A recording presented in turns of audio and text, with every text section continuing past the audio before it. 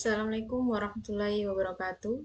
Perkenalkan, saya Karimatul Zahra Firdausi dengan NIM 0902062309. Di sini saya akan memaparkan manajemen risiko terhadap sistem informasi akademik. Itu yang pertama, identifikasi risiko. Yang pertama ada kebocoran data.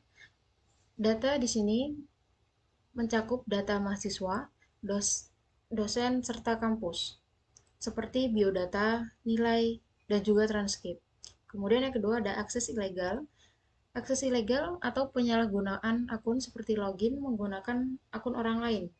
Kemudian yang ketiga, manipulasi nilai. Manipulasi nilai oleh pihak internal yaitu admin maupun dosen yang nakal. Kemudian yang keempat ada gangguan server saat KRS online maupun saat pengajuan nomor VA pada Talisa.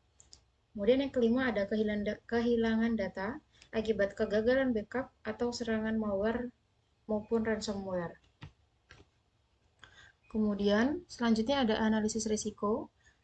Kebocoran data memiliki probabilitas yang sedang, tetapi dampaknya cukup tinggi karena dapat menimbulkan masalah, merusak reputasi kampus, dan juga kepercayaan mahasiswa yang berkurang. Kemudian akses ilegal memiliki probabilitas tinggi, namun dampaknya sedang, karena dampaknya walaupun serius, tetapi terbatas pada individu tertentu, bukan seluruh sistem. Kemudian manipulasi nilai memiliki probabilitas rendah, tapi dampaknya cukup tinggi karena merusak integritas akademik dan juga reputasi kampus. Kemudian gangguan server memiliki probabilitas yang tinggi dan dampak yang tinggi juga karena merusak reputasi kampus dan juga kepuasan mahasiswa. Kemudian kehilangan data memiliki probabilitas yang sedang, namun dampaknya tinggi karena menyebabkan seluruh proses akademik kacau. Kemudian dari risiko-risiko tersebut akan dilakukan evaluasi, yaitu ada prioritas utama yang yaitu tinggi, mencakup server down saat KRS, dan pengajuan nomor VA pada Tarisa. Yang kedua ada kebocoran data mahasiswa maupun dosen. Kemudian ada akses ilegal. Selanjutnya prioritas menengah, terdapat kehilangan data karena kegagalan dalam backup data maupun ransomware. Kemudian ada manipulasi nilai yang juga termasuk dalam prioritas menengah.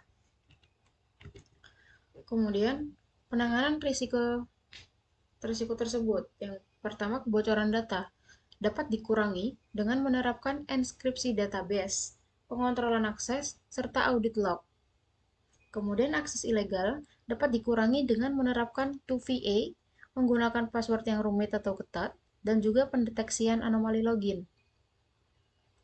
Kemudian manipulasi nilai, hal ini dapat dikurangi atau dihindari dengan segregasi tugas, audit berkala, dan juga approval yang berlapis.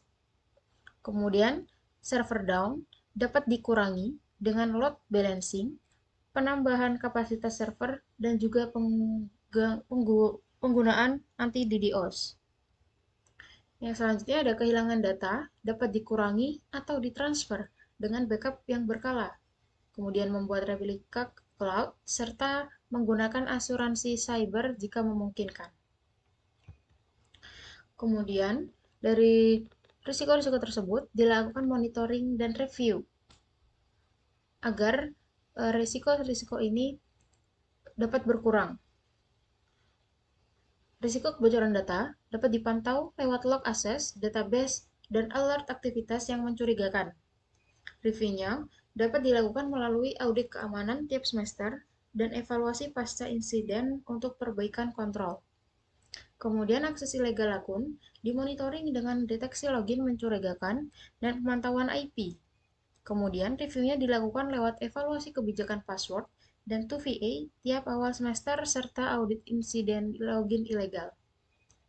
Kemudian manipulasi nilai internal dipantau dengan audit trail perubahan nilai dan sistem approval berlapis.